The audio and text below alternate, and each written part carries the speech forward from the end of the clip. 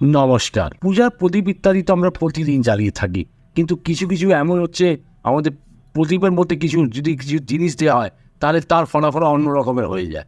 আমরা যদি তেলের প্রদীপ জ্বালাই, তেলের প্রদীপ প্রত্যেক শনিবার করে জ্বালাই তেলের প্রদীপ, তার মধ্যে যদি গোলমরিচ স্বাদটা দিয়ে দিই, তাহলে যেরকম আপনার শত্রু নাশ হবে, এটা একদম নিশ্চিত রূপে।